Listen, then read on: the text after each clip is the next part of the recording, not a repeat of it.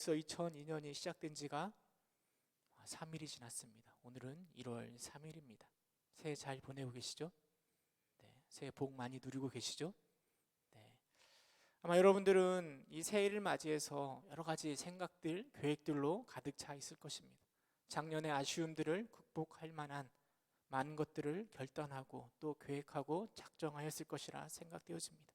저희 집도 여러 가지 계획을 수립 중입니다. 지난주에 충격을 받은 게 다솔이가 성경을 10필독했다고 해가지고 충격을 받았습니다.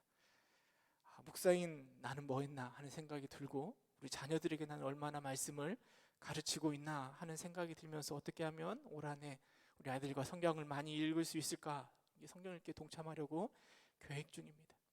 그런데 이제 이때쯤 되면, 새해가 시작한 지 3일쯤 되면 가장 두려운 말이 있잖아요. 그게 무엇인가 하면 작심삼일 아니겠습니까? 작심삼일.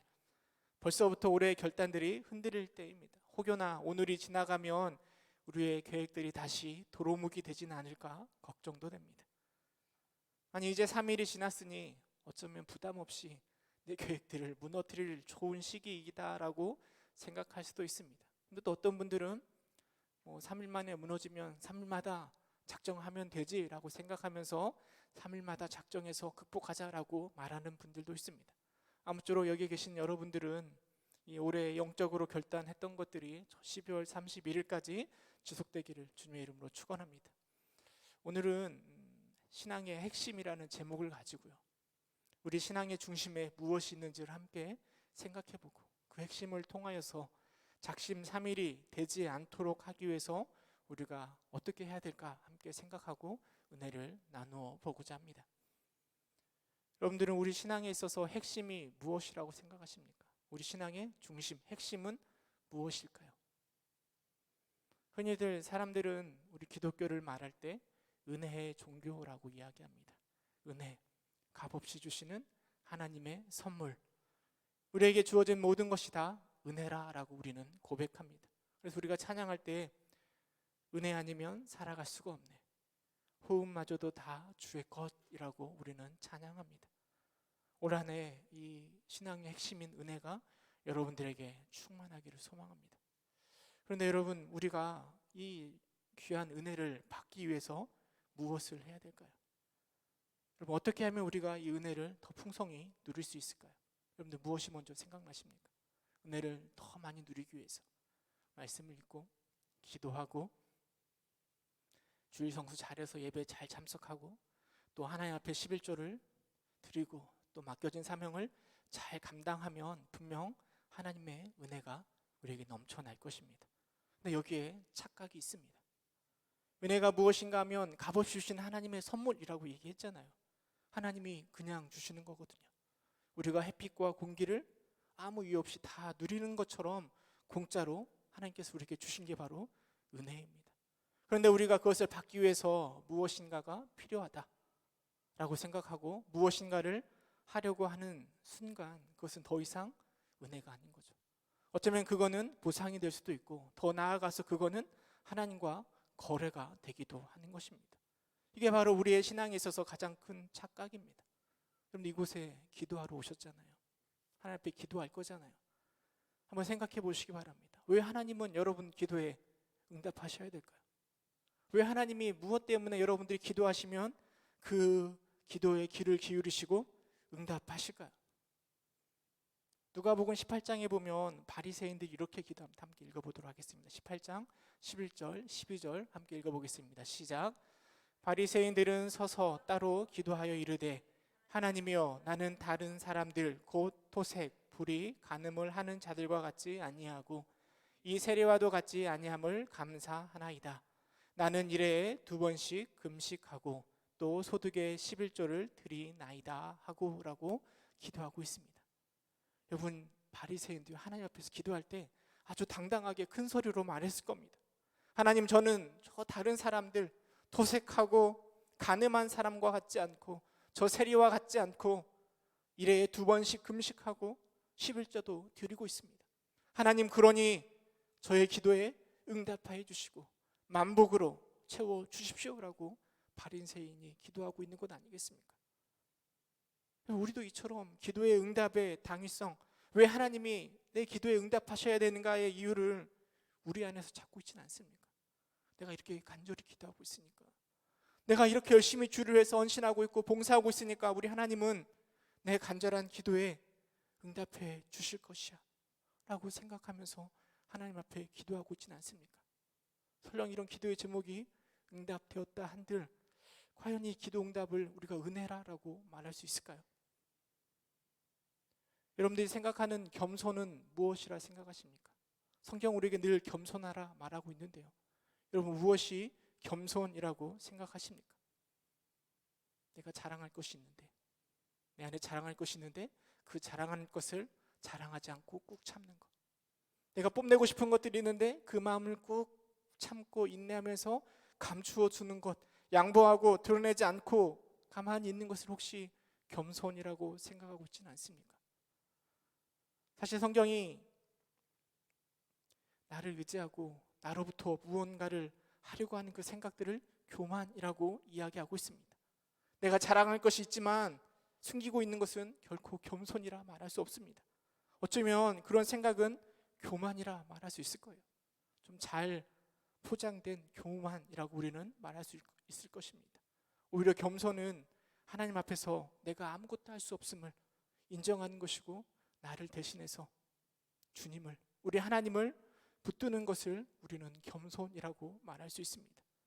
내가 할 수 있는 것을 안 하는 것이 겸손이라고 결코 말하지 않습니다. 근데 우리의 착각은 무엇인가 하면, 신앙의 핵심에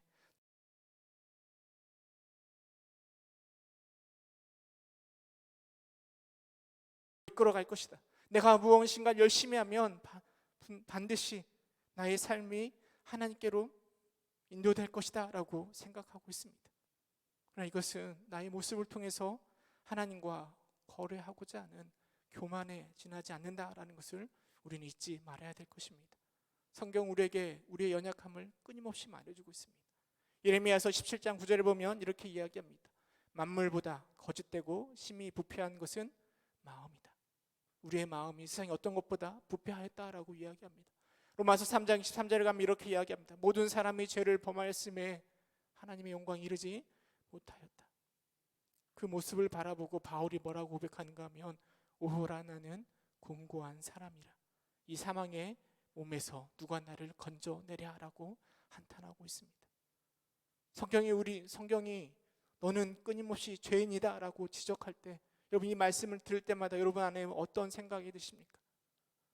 물론 이 성경의 말씀이 맞죠. 우리는 다 죄인입니다. 그런데 나는 아니야 라고 착각하고 있지는 않습니까?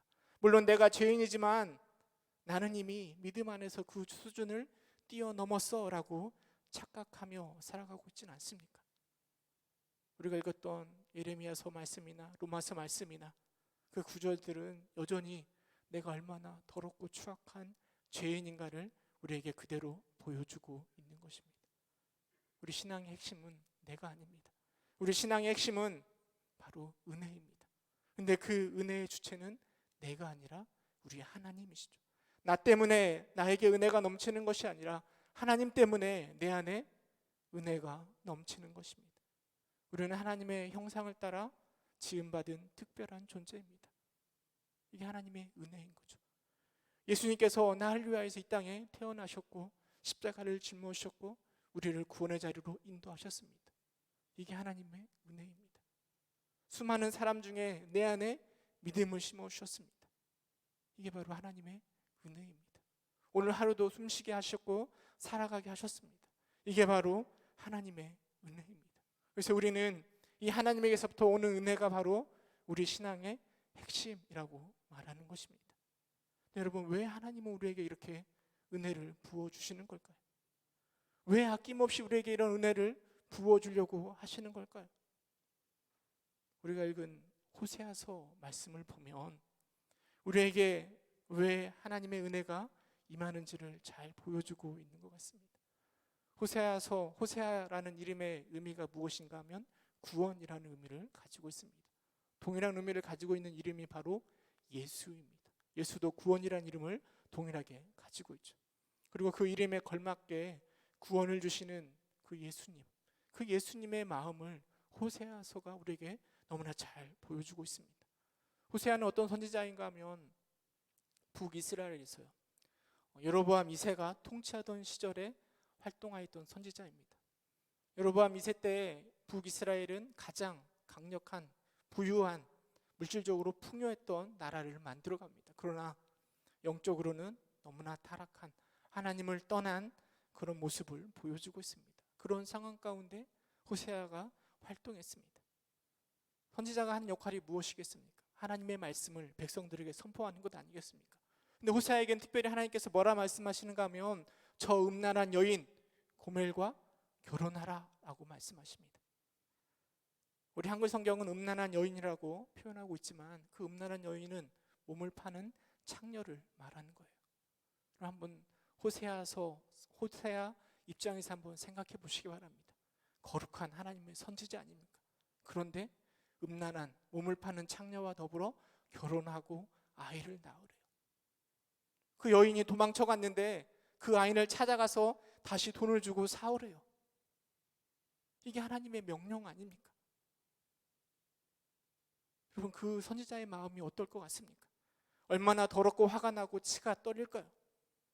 네, 여러분, 이 호세아의 상황을 통해서 우리에게 말하고자 하는 게 무엇인가 하면 동일한 이름을 가진 우리 예수님의 마음을 말해주고 있는 겁니다. 고멜을 바라보면서 데려오는 호세아의 마음이 우리를 바라보면서 우리 주님이 느끼시는 그 마음이라는 겁니다. 하나님은 호세아에게 그런 말도 안 되는 명령을 내리심으로 하나님의 마음을 그 백성들에게, 타락해버린 이스라엘 백성들에게, 아니 오늘을 살아가고 있는 우리들에게 전달해 주고 계시는 것이고, 그 하나님의 마음이 바로 이 신앙의 핵심이고 은혜의 핵심이라는 겁니다. 내가 무언가를 할 수 있다, 참 어리석은 생각입니다. 우리 마음의 중심에 그 교만한 마음들을 우리는 떨쳐버릴 수가 없습니다. 제가 목사라고 해서요, 제가 신실할 것 같습니까? 순전할 것 같습니까? 여러분, 다 착각입니다. 절대 그렇지 않습니다. 누구 못지않게 더럽고 추악하고 넘어질 준비가, 도망칠 준비가 다 된 고멜과 같은 사람이 바로 나이고 우리들입니다. 그런데 그 고멜과 같은 우리를 위하여서 끊임없이 찾아오셔서 함께 결혼하자고, 도망치는 우리를 쫓아다니시면서 찾고 찾으시는 그 하나님의 마음이 우리 신앙의 핵심이고, 우리가 붙들 것이 바로 이 하나님의 마음, 그 사랑밖에 없음을 우리는 기억해야 될 것입니다. 가끔 페미니스트들이, 남녀 평등을 주장하는 사람들이 무슨 얘기를 하는가 하면 성경 말씀 중에 가장 싫어하는 말씀이 있대요. 그 말씀이 어떤 말씀인가 하면 에베소서 5장 22절 말씀이에요. 아내들이여 자기 남편에게 복종하기를 죽게 하듯 하라. 아니 어떻게 남편에게 복종하라 이렇게 명하실까? 남자와 여자가 평등한데 남녀 차별이 너무 심한 하나님의 말씀 아닌가 말하는 사람도 있습니다. 근데 남자된 입장에서, 남편된 입장에서 저는 이렇게 말씀드리고 싶어요. 저거는 아무것도 아니에요. 남편에게 복종하는 것은 아무것도 아니에요. 왜냐하면 5장 25절에 이렇게 이야기하거든요. 남편들아 아내 사랑하기를 그리스도께서 교회를 사랑하시고 그 교회를 위하여 자신을 주심같이 하라라고 이야기하고 있습니다. 전 저 말씀을 보면서 도대체 얼마나 사랑해야, 우리 아내를 얼마나 사랑해야 우리 주님께서 우리 교회를 사랑하시는 것만큼 사랑할 수 있을까 하는 생각이 늘 드는 거예요. 저게 가능이나 할까? 고멜을 끊임없이 사랑하면서 돌을 계속 찾아다니는 그 호세아의 그 마음이 우리 예수님의 마음을 아주 조금 보여주는 것 아니겠습니까? 끊임없이 그 사랑을 가지고 찾아오시는 그 예수님, 십자가에서 우리를 위해서 아낌없이 모든 것들을 내려놓으셨던 그 예수님의 마음, 여러분 그게 바로 우리가 알고 있는 하나님의 마음 아니겠습니까?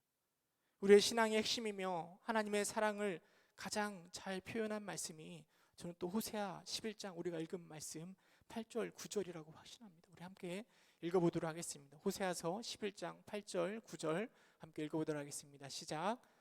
에브라임이여 내가 너를 어찌 놓겠느냐, 이스라엘이여 내가 어찌 너를 버리겠느냐, 내가 어찌 너를 아드마같이 놓겠느냐. 어찌 너를 스보임같이 두겠느냐. 내 마음이 내 속에서 돌이키어 나의 긍휼이 온전히 불붙듯 하도다.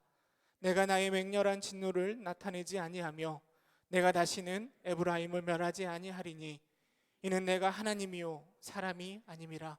내 가운데 있는 거룩한 이니 진노함으로 내게 임하지 아니하노라. 에브라임은 타락한 북이스라엘을 말하는 겁니다. 내가 어찌 너를 놓겠느냐, 내가 어찌 너를 버리겠느냐. 결코 놓지도 버리지도 않겠다라는 하나님의 말씀 아니겠습니까? 이드마처럼 스보임처럼이라고 이야기하는데요, 여기가 어딘지 좀 찾아볼 필요가 있는데, 여기 창세기에 나오는 지명들입니다. 우리 신명기 29장 23절 함께 읽어보도록 하겠습니다. 신명기 29장 23절 시작.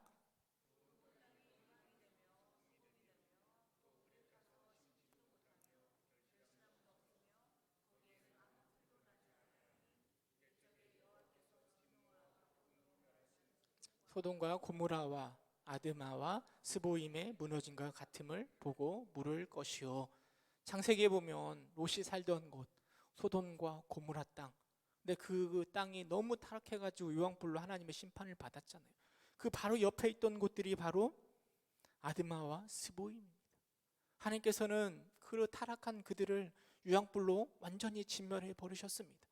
그런데 하나님이 이 에브라임을, 이스라엘을 바라보면서, 물론 물질적으로는 풍요하지만 우상숭배에 빠진 영적으로 가늠한 그들을 바라보면서요, 내가 너희들을 저 스보임처럼 저 아드마처럼 너희를 그냥 내버려 두지는 않을 것이다 라고 말씀하시는 거예요.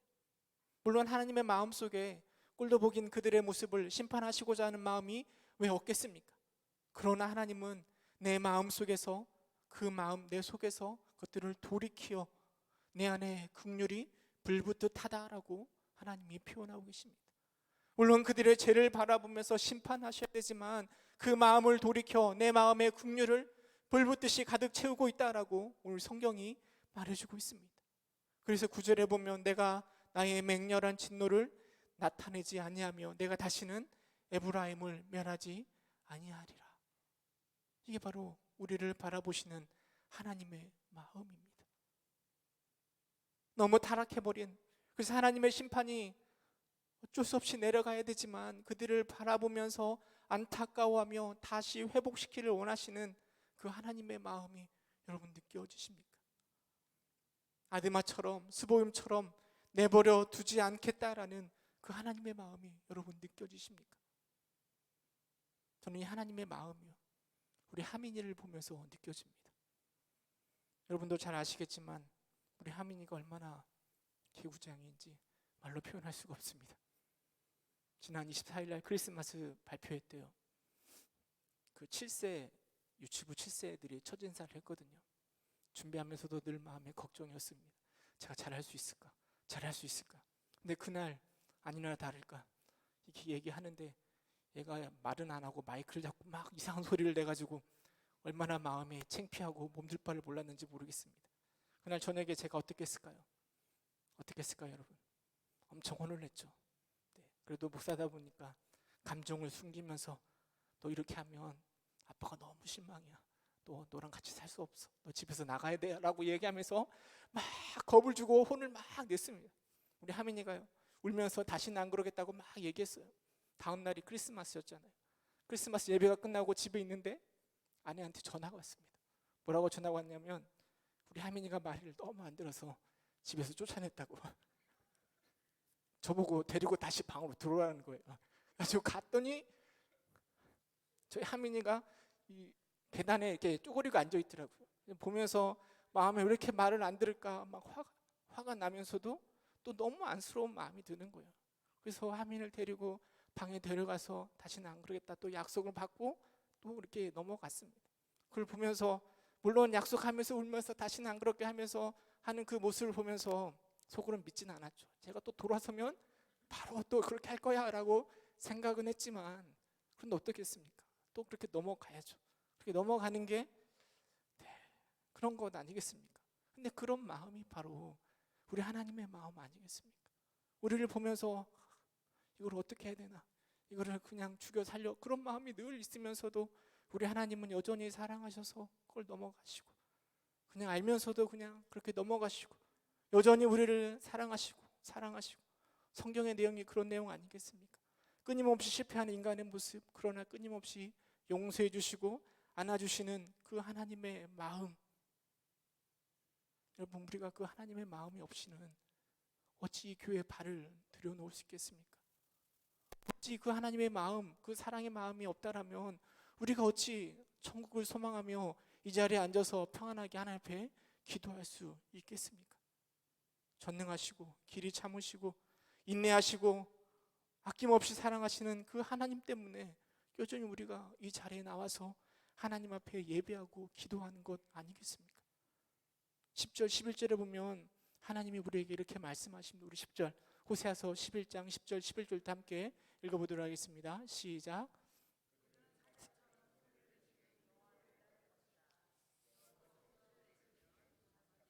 서쪽으로서부터 떨며오되 그들은 애굽에서부터 새같이 아수르에서부터 비둘기같이 떨며 오리니 내가 그들의 집에 머물게 하리라. 나 여호와의 말이니라. 여러분, 사자처럼 소리를 내시는 여호와를 따라오라라고 이야기합니다.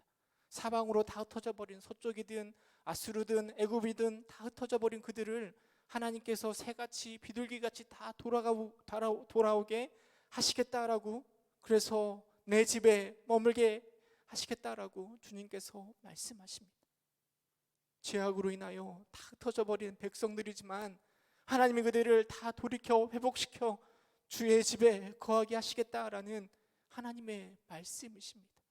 여러분, 이 말씀이 바로 우리의 소망이고 우리의 희망입니다.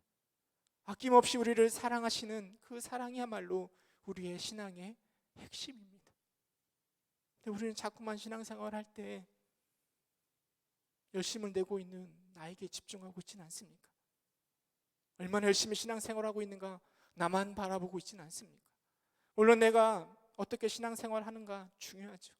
그러나 그것이 결코 신앙의 핵심이라 착각해서는 안 될 것입니다. 모세가 그 첫 번째 십계명을 받은 돌판을 깨트리고 두 번째 십계명을 하나님께서 받을 때요, 하나님께서 하신 말씀이 있습니다. 우리 출애굽기 34장 6절 말씀 함께 읽어보도록 하겠습니다. 시작. 여호와께서 그의 앞에서 지나가시며 선포하시되 여호와라 여호와라 자비롭고 은혜롭고 노하기를 더디하고 인자와 진실이 많은 하나님이라. 죄를 지어서 우상 숭배에 빠져서 깨트린 돌판 대신에 두 번째 돌판을 주시면서 하나님이 뭐라 말씀하시는가 하면 나는 자비롭고 은혜롭고 노하기를 더디하고 인자와 진실이 많은 하나님이라. 여러분, 모세가 그 하나님을 바라본 것 아니겠습니까? 여전히 죄악 가운데 어떻게 용서를 받을 수 있을까 하는 생각이 들지만 하나님은 노하기를 더디하시고 은혜로우셔서 그들을 다시 품어 안아주시는 하나님이라는 것을 모세가 본 것 아니겠습니까? 제가 하민을 보면서 기대하는 것은 다른 게 아닙니다. 이런 부모의 마음을 아는 순간 좀 철이 나지 않을까 하는 헛된 꿈을 꾸는 거죠. 우리 하나님도 마찬가지라 생각되어져요. 우리가 얼마나 하나님 앞에서 거룩한 삶을 살아가겠습니까? 그런데 우리가 이 하나님의 마음, 노하기를 더디하시고 은혜가 많으시고 인자와 자비가 많으신 그 하나님의 마음을 아는 순간 좀 더 거룩의 자리로 나아가지는 않을까 하는 것들을 우리 하나님이 기대하시지 않을까요? 물론 올 한 해 우리의 모습은 눈에 선합니다. 작심삼일, 잘해야 일주일, 한 달, 그리고 넘어질 수밖에 없는 게 우리 신앙의 모습이고 위태위태한 불완전한 우리의 모습일 것입니다. 그러나 여러분, 넘어지거든 좌절할 필요가 없습니다. 물론 왜 이렇게 되었는지 우리는 돌이켜보고 생각해 봐야 되겠죠. 그러나 그렇다고 해서 세상의 모든 것이 끝난 것이냐 낙담하고 아파할 필요가 없습니다. 넘어진 자리를 털고 일어나 하나님께로 다시 돌아가면 되는 거죠.